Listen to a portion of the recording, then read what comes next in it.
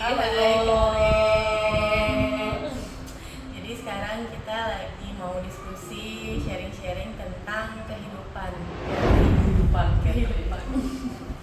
Bagaimana happy-happynya? Happy banget lah. Coba lihat kamu Iya, ada begini di ketemunya gini rumah. terus. Siapa yang gak happy? Terus sebenarnya di sini sih kita mau sharing-sharing aja kan. Oke, Bagaimana kehidupan ber-BSH? Karena Kucing biasa ya. kucing biasa, karena kan biasa lagi hype banget. Biasa. Siapa yang emang punya kucing biasa? Iya kan? Ini biasa kok, tapi yang nggak yang apa sayang. Kalau dari kakak sendiri nih Karen, oh iya kita belum kenalan. Belum kenalan. Boleh kak? Oke. Silakan. Halo, aku Ray. Aku dari Lazy House Catering, spesialisnya di British Shorthair. Britisnya ada berapa kak sekarang? Sekarang ada 16. 16. 16. Belum sama anak-anaknya. Udah. Oh, udah. Udah sama anak-anak. Udah semua. Pusing kalau terlalu banyak nanti. Mungkin ada Instagramnya kak? Ada Kalau Instagram. ada yang mau kepo-kepo. Oh iya, follow ya di British.cat. Rizkis.cat. Follow. Nanti ada tulisannya di bawah ya. Terus nih kak, kalau kita boleh sharing gimana sih kak pengalaman? Udah berapa tahun gitu kak? Aku tuh pertama kali banget punya British tahun 2014. 14, berarti sudah udah 9. Ya, tahun ke-9. Lahiran pertama punya anakan tuh tahun 2015. Jadi setahun dari ini kumpulin kucing, punya anakan 2015. Awal berapa kak? Apanya? Kucingnya? 2014 2014 itu pertama sebenarnya nggak mau breeding. Oh, Nggak mau oke. breeding. Cuma lucu ya British gitu. Makanya kayak nyebelin gitu kan British tuh kayak nyebelin tapi gemes gitu. Akhirnya itu ambil satu. Terus itu warna blue waktu itu, abu-abu. Udah gitu habis itu lihat-lihat lagi nih, kok coklat lucu ya? Mulai nambah coklat satu beli lagi. Terus pas coklat itu baru sadar, oh beli jantan 2 ya. Jadi yang blue sama coklat tuh jantan. Iya, wah ini kayaknya perlu cari betina nih kalau begitu. Udah akhirnya ambil betina 1 warna lila. Oh iya. Iya, itu juga lucu kan warna lila. Kayak nggak ada yang nggak lucu kak biasa. Iya, biasa lucu semua. Emang mau yang tricolor, bicolor. Semuanya lucu, hitam nih kayak Black Iya. Panther nih gitu. Udah akhirnya ya udah tadi mau kayak cuma pengen punya aja kan. Terus lama-lama kok udah punya 3, sekalian aja lah gitu ya bikin catering kali ya gitu. Udah akhirnya mulai dari situ aku belajar kayak cari-cari komunitas gimana sih kayak pengen bikin catering yang serius. Jadi biar kucingnya tuh nanti juga breedingnya tuh sesuai dengan arahan dengan guideline gitu ya. Betul, jadi nggak yang asal beranakin aja. Bener. Akhirnya udah aku ikutan kan. Akhirnya apply catering. Oke, itu berapa tahun kak proses dari apply sampai dapat sertifikasi? 1 tahun lah. 1 tahun. Kurang lebih. Itu pengecekannya boleh tau nggak kak? Apa aja? Pengecekannya. Jadi yang di komunitas aku ini boleh sebut gak sih? Boleh. Nggak? Oh iya. Jadi akan sebenarnya kalau kita pengen punya yang berpedigree, bersertifikat itu kan macam-macam ya. Sertifikat itu di Indonesia tuh ada ICA, Indonesian Cat Association, bisa juga CFA, terus BCF, jadi macam-macam. Nah, kebetulan aku waktu itu kayak emang tereksposi pertamanya sama ICA, jadi adalah ikutan gitu kan. Nah, itu yang harus disiapin gitu ya kalau buat punya catering itu persyaratannya kita harus punya kucing 3. Oh Minimal 3. Itu 2 betina, 1 jantan. Oke, nah udah dari situ nih si kucing ini nih 3-3-nya nih dokter itu umur 10 bulan minimal umur 10 bulan itu harus di-show-kan. Oh Gitu. iya. Kenapa? Karena mau lihat dia apakah si kucing ini standar breed gak sih? Betul. Gitu kan, karena kalau kita ngomong kucing ras, setiap kucing itu punya standar breed gitu. Kalau British kayak misalnya mesti bulan, kupingnya tuh bagaimana, matanya harus round, terus warna mata aja ngaruh. Jadi mata dari gold sampai orange gitu. Untuk kucing-kucing yang solid kayak gini nih. Ini kamu apa nih? Apa nih? Nah ini gold nih masuknya nih. Jujur saya cuma tau medisnya. Oh iya, Jadi kita kalau juga dokter ilmu baru untuk kontes itu apa yang diperiksa, betul. jadi kayak harus dilihat gitu. Nah, Udah gitu, terus jadi kucing itu nanti dari standar breednya, jadi dilihat nih apakah si kucing-kucing ini nih ya kan ibaratnya tuh kucing yang 3 ini akan jadi parent stock kita kan. Nah dilihat terus ada kelainan nggak gitu. Kalau di Siokam tuh kayak kelainan tuh nggak boleh dokter. Contohnya misalnya kalau jantan biji 1 nggak boleh. Ya, monocin. Monocin. Terus udah gitu kayak jari lebih polidaktil itu nggak boleh. Ya, terus kayak ada bump yang misalnya di jidat terlalu ada jendolan gitu juga nggak boleh. Jadi kayak ada beberapa ya yang nggak boleh lah gitu. Terus udah gitu disuruh ini ya di umur minimal 10 bulan karena dianggapnya 10 bulan itu kayak sudah selesai grow ya, udah grow-nya tuh udah bener nih gitu. Nah, udah abis itu kan kucingnya nih, orangnya juga perlu dibekali. Iya, jadi ada di klubnya dokter. Wah, ada di klubnya. Berapa hari tuh Pak? 2 hari. Oh ya. 2 hari ada di kelas dasar catering. Kita di situ akan belajar tentang manajemen catering, terus kayak gimana sih penanganan apa ya, mungkin kayak yang buat kucing mau hamil, mau kawin, mau hamil sampai lahiran itu ada. Terus genetika juga. Ya. Gitu, genetika warna tuh ada ini sama ini nanti nanti keluar apa gitu. Nah nanti setelah itu habis diklat 2 hari ini ujian tuh. Waduh, jadi ujian. ada mudah guys, jadi tidak mudah ada lulus nggak lulus juga. Kalau nggak lulus ulang lagi tahun depannya di diklat selanjutnya biasanya ada berapa bulan sekali tuh Pak? 3 bulan sekali tuh ada, bisa ikut lagi. Udah nih kucingnya udah di certified lah ya. Orangnya sudah certified juga, baru kita bisa ngajuin catering. Itu tuh ada nomor sertifikasi? Ada. Maksudnya kan mungkin untuk orang awam, saya pun termasuk nih, kalau kita mau adopsi, apa nih ciri-ciri yang certified? Apa kucingnya yang ya? Kucing dan cateringnya? Kucing dan cateringnya, kalau cateringnya dia terdaftar ya, pasti terregister misalnya di ICA atau di organisasi lain gitu. Itu ada nih, kita bisa cek sebenarnya di websitenya masing-masing tuh bisa cek. Gitu. Jadi kayak ya mungkin kayak teman-teman biar nggak kena scammer lah ya, kadang-kadang kan suka gitu kan, ya transfer dulu gitu, tahu-tahu sebenarnya cateringnya nggak ada. Iya. Jadi sebenarnya kayak kita bisa tanya misalnya mau beli kucing gitu ya, mau adop kucing di catering, ininya apa, pedigrinya, organisasinya apa, ICAK, WCFK, CFAK. Nah nanti dari situ kita bisa buka website si asosiasi itu, terus bisa cek nama cateringnya, itu keluar kok namanya. Oke, ini ilmu baru buat saya. Terima kasih. Oke, terus setelah itu baru kita bisa diskusi untuk gimana memilih kucing yang mana gitu ya. Intinya sih pastikan breedernya, cateringnya dulu certified, karena kan sudah dibekali ilmu-ilmu. Dia nggak sembarangan melahirkan, nggak sembarangan membesarkan kucing, breeding, tapi memang siap untuk diadopsi yang memang karena kan jujur ya Kak, sering banget baru adopsi itu udah ke dokter. Suka gitu ya. Mending ke dokternya kalau untuk vaksin lanjutan ya. Tapi itu seringnya udah kena virus, adopsinya di mana juga ya. Nggak tahu ya, iya benar. Sulit untuk di tracking, gimana reportnya itu tuh sering banget. Jadi emang mungkin sebagai pemilik apalagi yang biasa kan semua pada kayak pengen banget kayak kucing impian. Jujur ini juga kucing impian saya. Kucing impian, jadi itu pasti pengennya yang terbaik kan. Betul banget. Jadi ya kita dapat ilmu dari jadi jangan sampai salah-salah ya, maksudnya sayang aja gitu.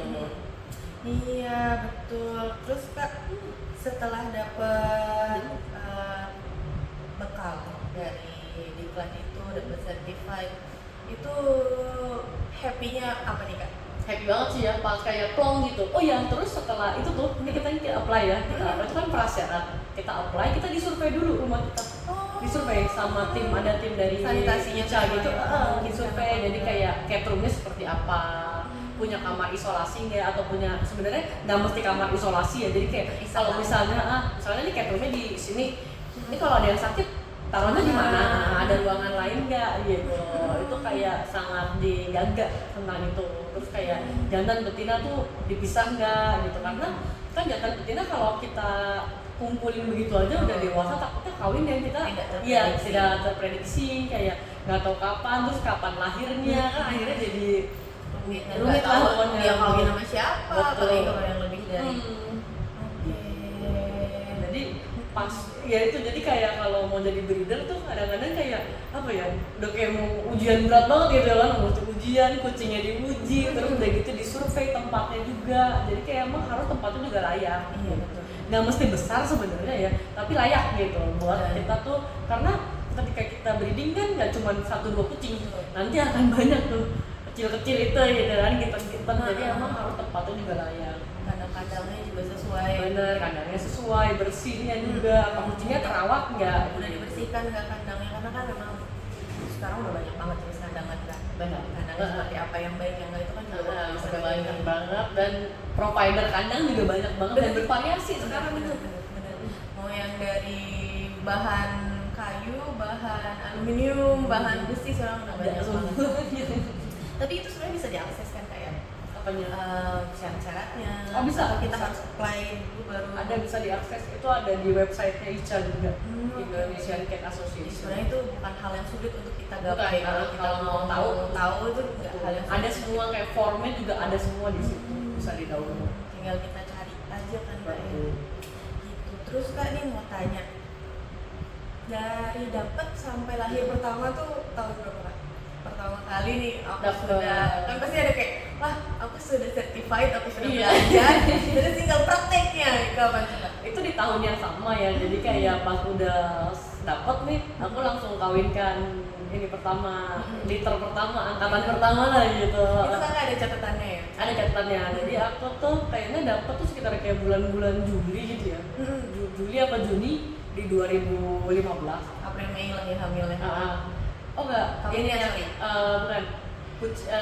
Si kucingnya lahir September 2015. Oh, berarti ingat kawin banget loh ya, Juli. karena kucing pertama banget, lahiran pertama itu 15 September 2015. Nah itu aku dapet sertifikatnya sebelumnya, beberapa bulan sebelumnya. Terus Senang banget, berapa ekor tuh? 4 ekor. Enggak, pertama lahir 6. Tapi Rick 2, namanya juga breeder baru ya. Ya itu udah bagus, lebih bagus Dulu pakai air mata dulu pas meninggal doang gitu. Iya pasti. Iya, kayak apalagi nama kita baru lahiran pertama, nggak tahu. Lagi excitednya. Kok kayak kenapa gitu, padahal kayak diliatin terus. Pas udah mulai apa sih namanya, ada kayaknya dia kayak aspirasi, ada napas gitu.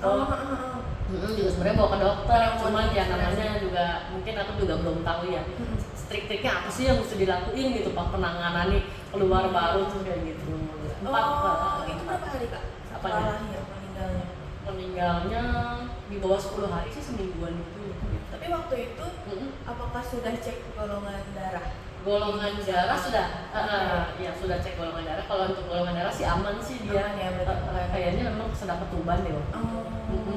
Dan itu juga penting banget ya dokter buat cek golongan darah. Iya, ya. jadi rahasianya BSH, kenapa BSH harganya? Karena memang breedingnya tidak mudah. Betul. Kenapa tidak mudah? Mungkin masih sedikit yang paham kalau si BSH ini lebih besar golongan darahnya B. Emang nggak selalu.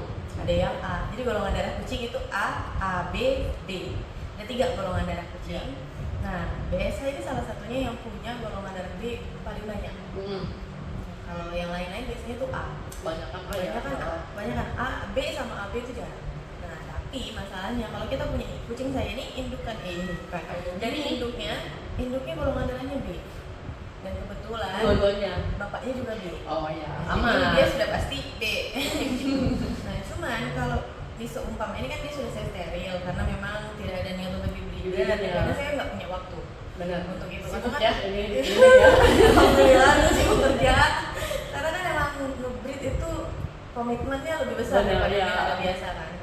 Jadi butuh waktu, tenaga, segala macam itu butuh komitmen banget. Nah, saya nggak bisa berkomitmen, belum bisa berkomitmen di situ. Jadi saya pikir untuk ya better di steril dan beres kan.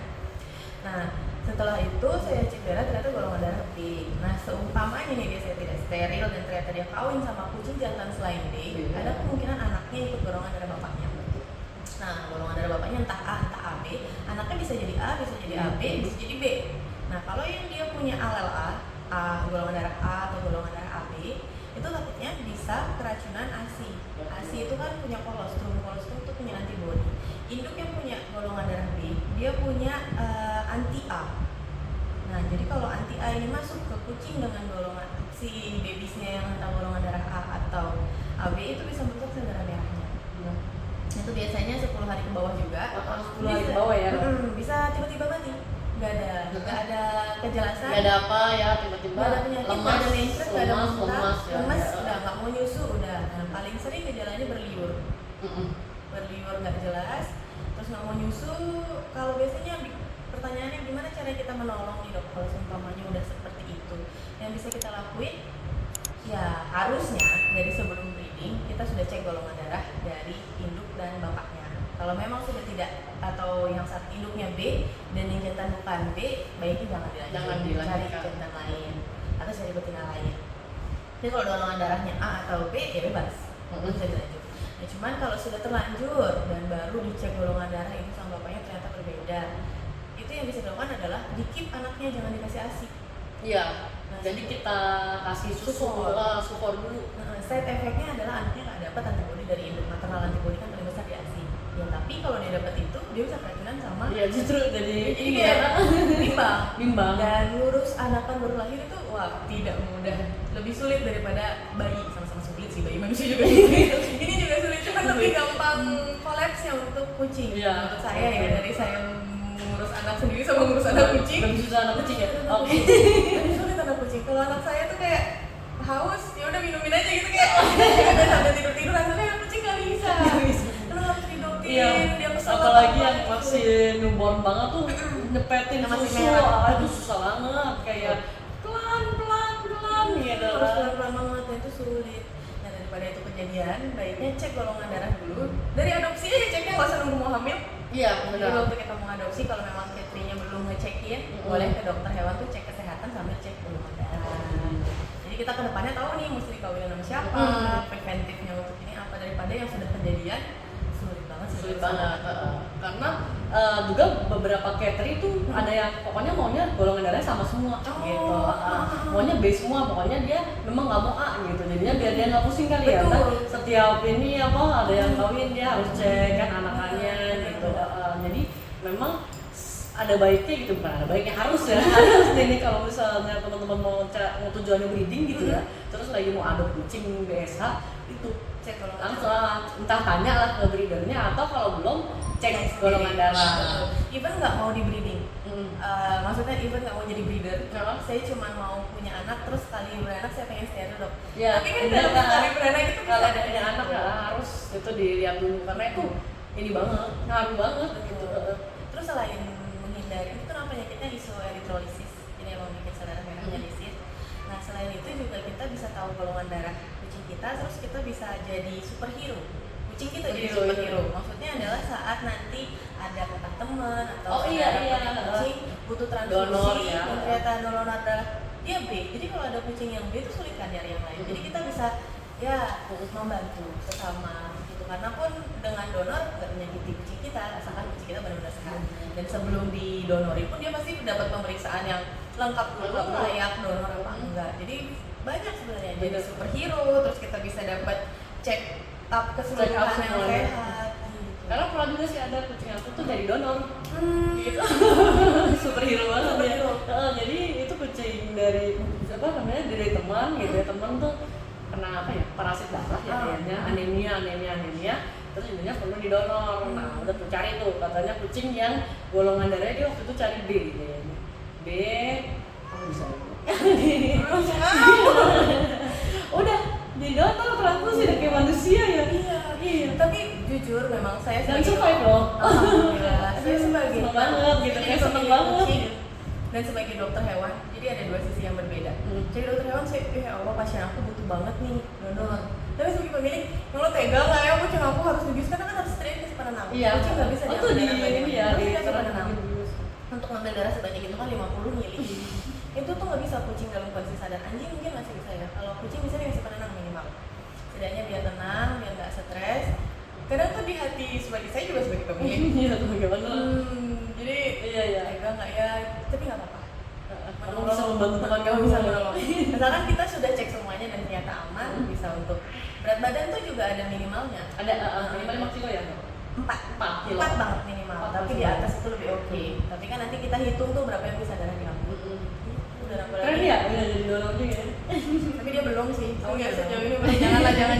Maksudnya jangan ada yang sakit, jangan ada yang sehat. Karena kan infeksi banyak banget, infeksi juga. Betul banget. Hai, iya udah bete dia, ya maaf. Tapi bener nggak sih kak? BSH tuh sebenarnya nggak suka nih begini. Gak seneng. Iya. Iya. Jadi dia kan bentuk badannya bulat-bulat. Jadi dia sebenarnya tuh nggak nyaman digendong-gendong. Itu nggak enak gitu badannya gitu. Kayak nggak ergonomis gitu kalau digendong sebetulnya.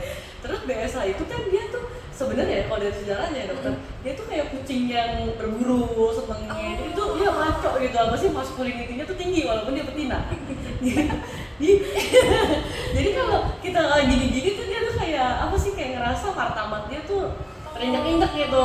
Jadi makanya kenapa BSH nggak seneng diangkat, sebenarnya kucing dengan diangkat itu dia tuh kayak dipindah-pindah, kehilangan dignity-nya dia, kehilangan martabat dia. Karena memang itu jujur banyak banget yang nanya, "Dok, kenapa ya kucing aku kok?" Ya terutama BSH ya. Dia nggak suka banget dilus-elus. Nggak suka banget, dia dia nggak suka banget gini-gini digendong. tuh nggak Padahal suka. kan dia pengen. Iya. Siapa yang nggak suka punya BSH kan kak? Iya benar. Tapi emang saya cuma dia memang karakter dia. Karakter begitu, iya ya kan. kan?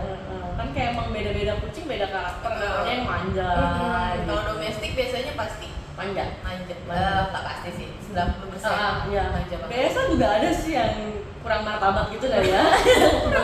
Dipeluk-peluk gitu, tapi emang kebanyakan ya gitu. Kalau dipeluk kita terlalu peluk-peluk dia nggak seneng lah. Iya, tapi dia caper. Caper, Iya, kan? dia deketin nih gitu. Bener. Kita lagi begini nanti dia dateng. Tapi kalau kita agresifin dia nggak seneng gitu. Itu Biasa gitu. karakter BSH. Jadi memang sudah certified juga di karakternya begitu dari yang punya Kayaknya emang begitu gitu. Iya, karena hampir 100% kak. Kalau pasien BSH, apalagi dia, saya punya pun sendiri modelnya begitu. Jadi ketika kita keep gitu dia udah kayak Oh udah ya. lepasin dong, udah cukup, gue ini frame-nya udah cukup, dia bilang.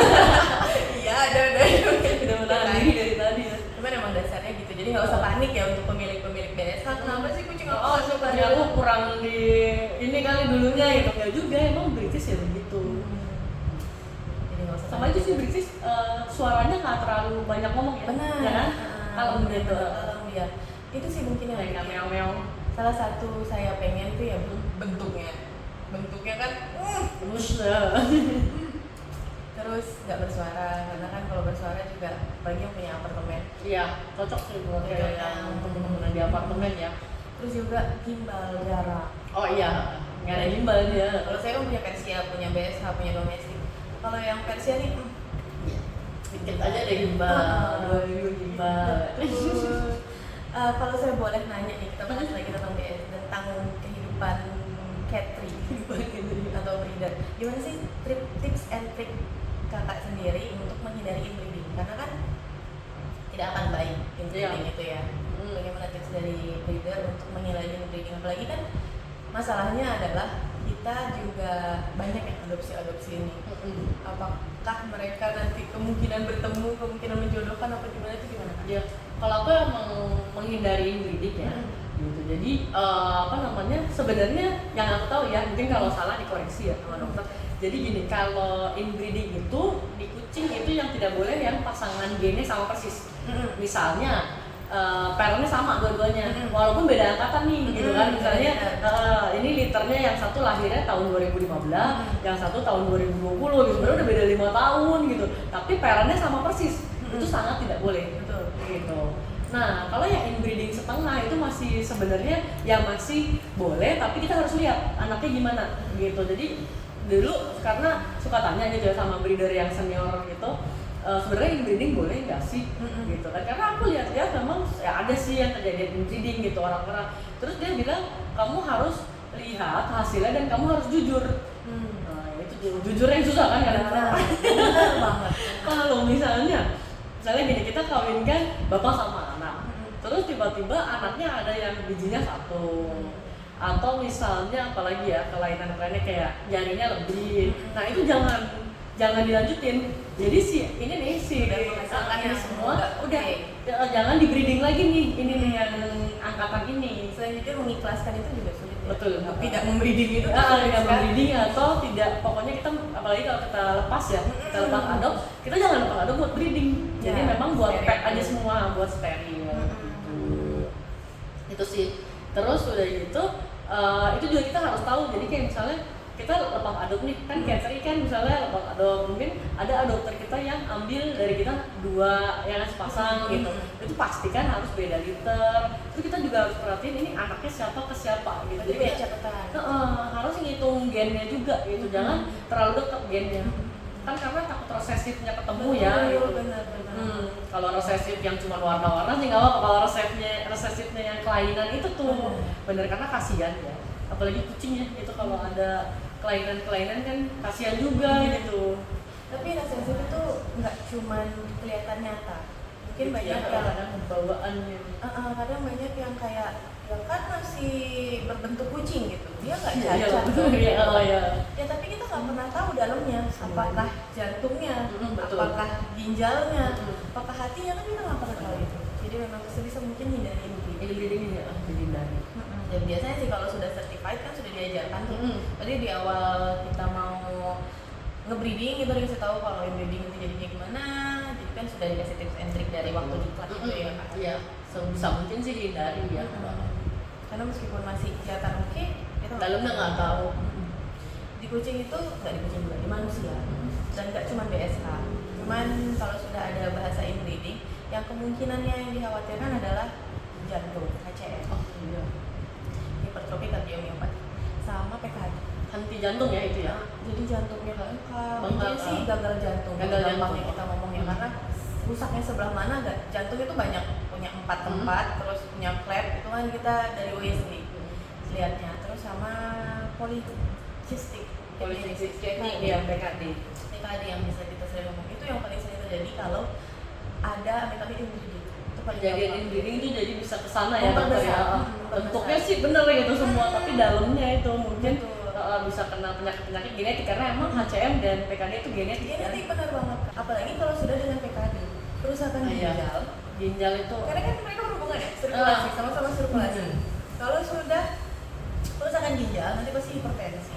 Nanti dari hipertensi dia mempengaruhi jantungnya udah capek, kerja berat. Itu udah jadi dari mana ke mana ya, dari komplikasi kita gitu. nggak tahu ayam sama telurnya mana, kita nggak tahu. Bener. Mana duluan yang Mana duluan ya. kita tahu. Dan itu kasihan banget kucingnya kalau udah kejadian gitu. Dan terakhir ya mohon maaf, kalau sudah sangat menyakitkan, kita sudah mentreatment dia dengan semua penuh kasih sayang, tapi ini karena kan dua organ yang tidak bisa disembuhkan.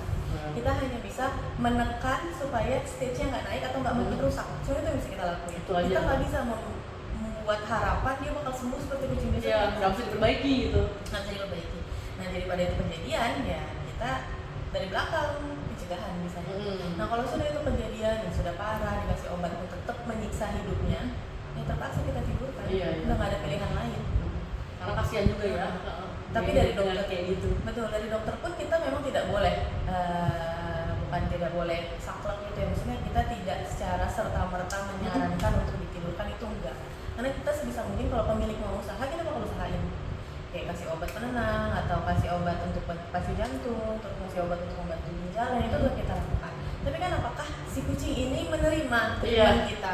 Apakah ternyata emang kita nggak bisa tanya ya, kamu masih mau lanjut apa enggak gitu. Kalau kucing tuh kita tuh bingungnya di situ gitu. Terus apakah dengan dicepok-cepok obat dia masih rela?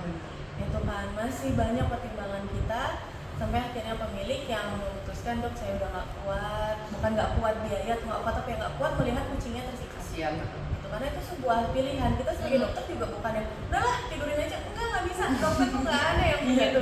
Kayak gimana bu, kita sudah melakukan seperti ini, kondisi kucingnya begini. Kita cuma bisa menjelaskan itu. Tapi kan mau gimana? Kalau sudah terlanjur terjadi, sudah terlanjur inbreeding, sudah terlanjur PKD, sudah terlanjur CCM. Jadi nggak cuma di British, memang mungkin karena trafficnya banyak dan jadi ya kayak kejadiannya juga banyak. Di semua kucing ya, ini semua kucing nggak cuma biasa. Jadi kalau inbreeding tuh ya sebenarnya emang dihindari ya, buat menghindari bawaan genetik. Nggak cuma cacat, nggak cuma, kan biasa juga ada yang lahir tanpa kaki, itu juga ada. Oh iya. Nggak cuma, dan cleft palate. Oh iya, cleft palate ini ya, ini nggak ada. Langit-langitnya nggak ada. Nggak cuma yang kelihatan mata, yang nggak kelihatan mata tuh juga ada, gitu kan. Dan bikin pusing juga gitu ya di kemudian hari. Apalagi kita sebagai yang memelihara dari dia lahir, kita melihat itu kayak ya Allah kok gini banget ya. Iya, Pasti benar. gitu kan. Kasihan. Kalau kejadian klepalat sendiri kakak pernah ngalamin? Pernah, aku pernah ngalamin. Jadi pas masih kecil sih kejadian, tapi emang nggak survive sih, kayak cuma 2 hari ya.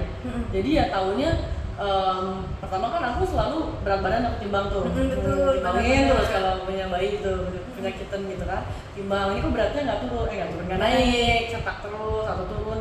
Udah biasanya kan pertama kasih susu sendiri kan, Ya, kasih sufor di sepet keluar dari hidung. Wah, kenapa nih? Jadi awal-awal tuh dulu sebelum terjadi klepalan pertama kali nih, aku nggak tahu, jadi nggak pernah ngecek. Kalau sekarang lahir nih, langsung buka, lihat dulu ininya lubang nggak, gitu. Jadi pas disepet keluar tuh dari hidung. Jadi kalau teman-teman ada yang mungkin disepet atau kucingnya nyusu atau terus pas lagi lihat nih bayinya tuh kok banyak ini ya bleber-bleber di sini tuh, itu artinya dia kemungkinan besar ini klepalan sumbing. Jadi langit-langit itu tuh nggak ada, bolong lah. Ini nggak cuma kayak saya, ini balik lagi Semua kucing kehidupan breeder itu hampir pernah mengalami kayak gitu. Jadi ya udah, ya kita sih upayain aja ya dulu yang bisa dikerjain ya dikerjain, kayak disepetin. Cuman ya kan pasti kebanyakan keluar ya, sisanya masuk sedikit ya lama-lama meninggal juga sih. Ya emang kemungkinan hidupnya kecil, tapi saya pernah merawat klepalat. Kalau yang nggak gampang sih, saya lebih besar kemungkinan survive itu di anjing yang klepalat. Nah cuman sebelum dia, karena itu kan dia bolongnya, dia nggak bisa vakum, makanya dia nggak bisa nyedot, nggak bisa sucklingnya, nggak bisa karena vakumnya nggak ada. Yang harusnya nggak ada ruang, ini kan ada ruang ke hidung, dan apalagi hidung terbuka kan, pasti nggak bisa vakum. Nah itu yang bikin dia nggak bisa nyusu. Nah caranya adalah kita pasang feeding tube biasanya. Pasang feeding tube itu selama dia belum punya gigi. Kalau dia udah tumbuh gigi, putus feeding tube. Iya juga. Kalau dia udah punya gigi nggak bisa. Terus yang di anjing itu dok nanti dioperasi? Dioperasi saat dia sudah mampu, nanti kita rapatkan jahit, dan itu tidak mudah. Itu nggak mudah, jadi harus ada yang 2 sampai 3 kali operasi. Tapi ada yang sekali, tergantung kan dia model keparahannya. Iya. Ada yang kebukanya dikit, ada yang kebuka dari depan sampai belakang. Iya, bolongnya tuh ngaruh ya. Ada yang kebukanya dikit dan banyak. Betul. Nah terus pakai feeding tube, biasanya kan tumbuh gigi itu umur 3-4 minggu. 3 minggu udah mulai ada tajam-tajam. Nah itu tuh kita mulai cari cara lain.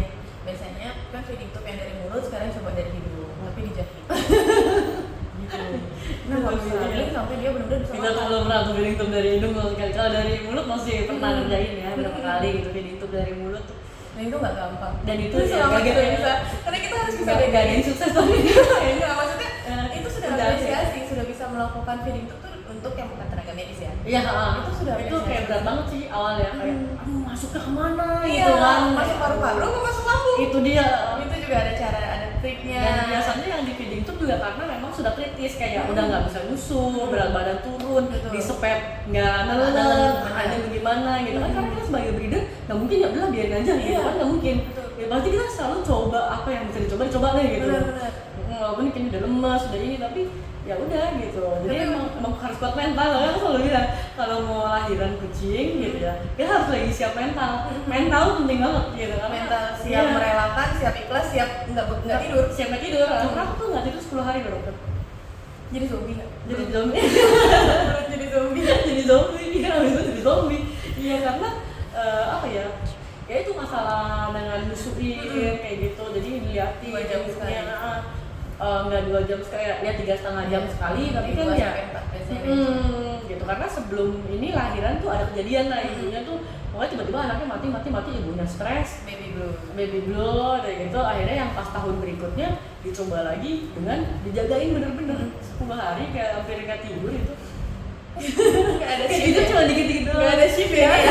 Saya sih shift ya? Dikit-dikit lihat ada gitu. Jadi emang jadi situ sih sebenarnya kalau apa ya, aku sih ngelihat memang jadi breeder tuh kita harus senang gitu, emang senang ngelakuin itu, senang ngelakuin itu gitu, karena memang ya berat gitu. Tapi emang kalau kitanya senang ya udahlah gitu, emang hobi lah ya bang.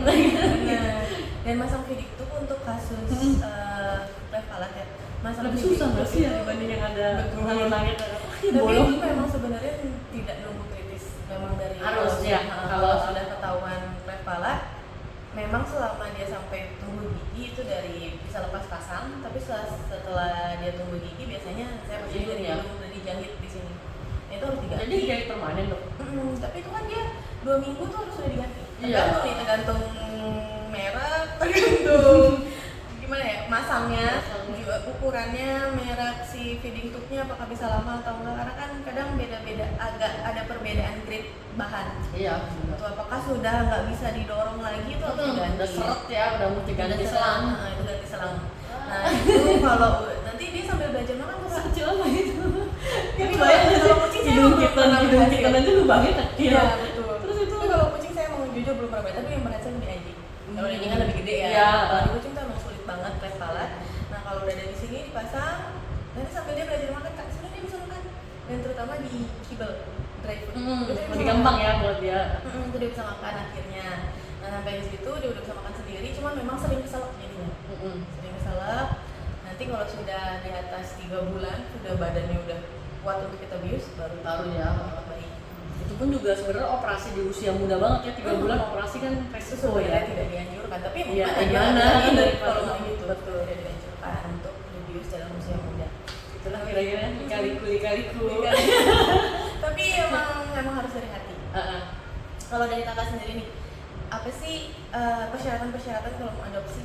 Kalau di aku tuh aku biasanya tanya ya tujuannya apa, mau Oh, breeding atau karena tahu dulu nih orang saya tanya gitu mau ada kucing nggak, ada kitten nggak gitu, mau breeding atau mau nggak breeding gitu. Kalau mau breeding ya pasti tahu begini-begini loh ya gitu. Karena kalau breeding nanti kayak mau punya sepasang misalnya, nanti kayak punya ruang nggak, ruang buat misahin. Jadi masih kuliah juga dulu ya kak? Iya, ada gitunya gitu. Jadi kayak adopternya juga ya? Dokter iya, kayak kasih tahu juga gitu. Nanti kalau punya jantan siap ya, jantannya tuh mungkin dia di usia dia udah remaja ke atas, dia pengen kawin dia spraying. Betul. Itu kita harus siap-siap mental juga itu gitu kan. Kita kamarnya putih, terus belum teriak-teriak betinanya kalau mau kawin. Terus mau nggak punya kucing 3 setidaknya.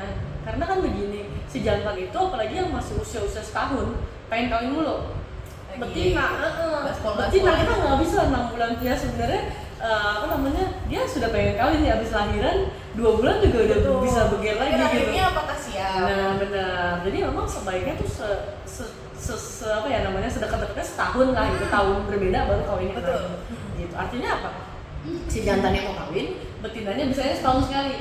Kan kita harus punya betina lain dong, gitu. Jadi itu bener, jantannya kasihan, terkurus lah apa galak segala macam. Bisa mipis, FLUTD, fus. Nah iya, stres nggak mau untuk kucing yang pengen kawin tapi nggak bisa kawin. Betul. Jadi kayak apa ya? Sebenarnya breeding itu tidak semudah kayak kita punya kucing sepasang udah kawinin selesai, punya kita lucu-lucu gitu, nggak sampai di situ, ini masih panjang nih ininya. Jadi aku selalu kasih tahu kalau mau kayak gitu.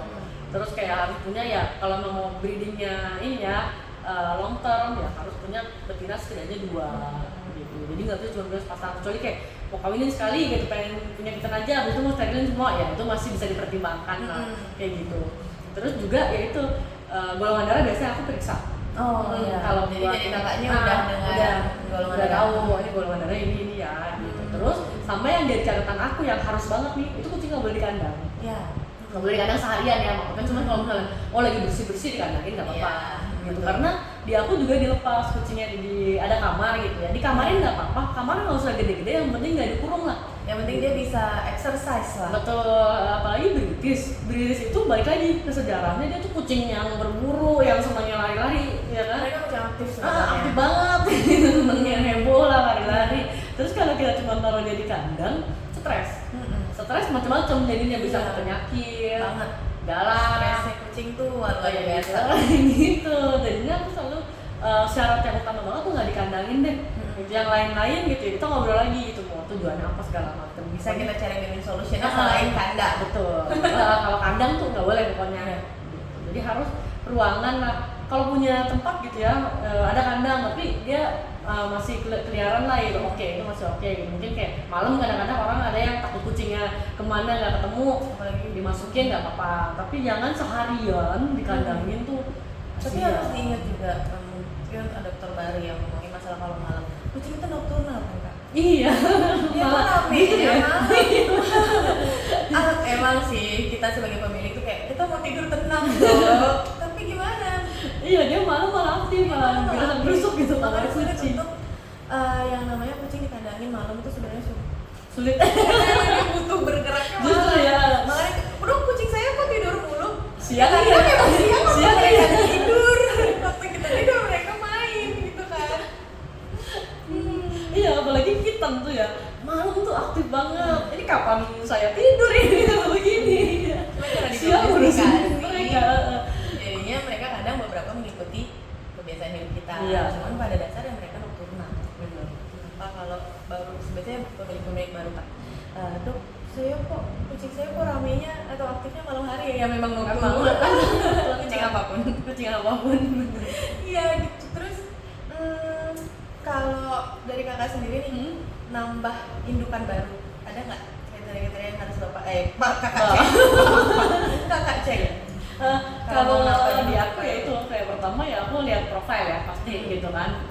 Jadi kayak tujuannya apa nih gitu kan? Karena tujuannya kalau induk baru aku cari profilnya yang oke ya, yang masuk gitu. Terus yang berikutnya yaitu periksa kayak aku lihat ini breedernya tuh kayak ini biasa trusted nggak, terus certified nggak, terus juga aku lihat lagi tuh blood type. Karena kan aku jantan tuh udah ada di rumah gitu, udah itu aja, cocok nggak gitu. Terus udah sama aku juga kayak mungkin yang perlu dilihat ini ya, kalau di British kan dia agak rentan sama gingivitis ya. Betul, sering banget Radang gusi ya di mulut. Jadi itu penting sih sebenarnya yang buat kita tuh periksa gitu kalau bisa sebisa mungkin. Betul. Kita visit gitu, terus lihat nih di parentnya ya. Di parentnya. Di parent dan di dianya yang mau kita di dia dan di parentnya tuh mulutnya tuh ada banyak radang gusinya nggak, terus kalau misalnya ada pun banyak nggak ya gitu, jadi kayak biar lebih aman ya, karena itu nurun ya. Nurun, dan seharusnya gusi itu warnanya pink bukan merah, dan tidak ada perbedaan warna gusi. Jadi dari yang rata semua ya, rata, dari yang nempel sama gigi sampai yang ke atas itu harusnya warnanya sama semua. Tapi kalau sebenarnya yang di atas gigi itu ternyata ada garis warna merah banget, dan ditambah kalau dibuka nganga belakang tuh belakangnya sini tuh merah radang, berarti dia sudah punya basic itu. Dan memang untuk pasien-pasien biasa sering kejadian, tidak semua. Kalau kucing saya enggak, alhamdulillah banget enggak. Tapi yang abu-abu itu ya ada ya. Yang abu-abu itu ya dibuka itu udah radang bau mulut biasanya dari situ. Nah, itu akan mempengaruhi kehidupan dia ke depannya. Makan sulit, nggak rasa hidupnya nggak nyaman karena sakit gigi yang sebiji aja. Iya, ini apalagi ini dia segini. semua kan rasanya sakit gigi gitu. Sebenarnya sih sumber masalah rasa sakitnya bukan di gusi bengkaknya. Sumber masalah sakitnya adalah di akar giginya. Jadi syaraf sakit itu ada di akar gigi. Nah, sebengkak apapun gusi, selama dia masih punya gigi dan akarnya, itu dia nggak nyaman. Meskipun dia masih mau makan karena dia lapar. Kondisi dalam badannya itu masih oke, dia lapar, tapi sakit gigi. Makanya dia, tapi kucing saya mau makan kok dok sekarang. Sekarang dia masih mentolerir sakitnya, tapi nanti yang sudah sakit banget itu ada kasus yang sampai nggak mau makan sama sekali karena ada sakit giginya. Dia pun buka mulut aja itu udah sakit. Benar-benar. Ya kayak kita sariawan satu titik aja kan kayak malas makan ya, langsung kayak nggak enak Dia banget. di belakang.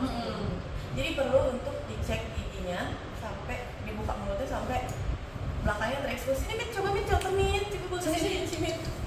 Namanya cimit. Namanya cimit. Kucing hitam. Saya panggilnya cimit. Itu sangar namanya cimit. Sini nak. Aduh, terima kasih. Nah, jadi gini kak. Cara periksanya nih ya. Periksanya, biasanya sih saya pegang. Senyum cimit. Terus kumisnya dibawa ke belakang. Terus buka ke belakang. Nah, di belakang sini nih biasanya nih guys. Nih. Iya. Belakang sini. Ini warnanya sama semua. Ini kan warnanya sama semua nih. Alhamdulillah sih. Tapi kalau dicari alasan yang aku banyak. Bisa karena virus, bisa karena alergi, itu banyak. Kutuan, kucing kutuan hampir selalu seradang gusi. Dia terlalu over grooming. Kutu fleece. Fleece yang bikin gatal badannya itu dijelat-jelat, itu juga bisa. Jadi banyak penyebabnya. Kalau ada saudara dan gusi itu lama-lama bakal tekan ke atas. Akhirnya akar giginya terekspos, sama kayak kita kalau habis scaling. Kan minum agak karena akar gigi kita kan agak kelihatan tuh karena after scaling, tapi lama-lama kan setelah si karang gigi bersih, gusinya bakal tumbuh lagi. Nah, cuman kalau bengkak itu bakal terus nge-expose akar gigi. Nah, di situ rasa sakitnya yang bikin dia nggak mau makan. Jadi ya akhirnya adalah treatment terbaik adalah cabut gigi. Harus cabut gigi ya berarti ya. Paling bagus adalah cabut gigi. Karena pasti pertanyaan timbul, terus gimana kucing saya? Iya, benar. Ini makannya gimana? Pasti kan kalau kucing itu tidak menempat makanan. yang punya ya. Kalau Iya, kita kan punya dulu sampai akhir baru kita telan ya. kan enggak, dia hanya mau mengotek. Setelah dikotek dia bisa telan, dia telan. Tapi nggak apa-apa dia nggak punya geraham tuh nggak apa-apa, daripada dia punya geraham tapi kesakitan. Gitu. Nah, mungkin ada beberapa terapi dengan suntik obat. Nah, ada yang steroid biasanya, itu bisa dilakukan. Tapi harus diingat kalau itu bukan menyelesaikan masalah. Iya, karena itu kayak ngilangin sakit aja, tapi nggak curing ya. Tapi dia tidak menyembuhkan. Jadi biasanya 2 minggu ntar balik lagi ya kak, suntik lagi. Nah, dimana efek dari obat ini bisa jadi dia menurunkan antibodi. Kalau memang pakai steroid ya kita nggak pernah tahu ini pakai apa. Iya. Kalau saya sih bukan penganut treatment itu.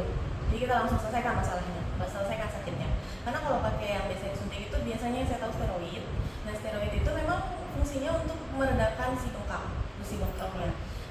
Tapi dia punya efek samping bisa menurunkan antibodi sama merusak ginjal.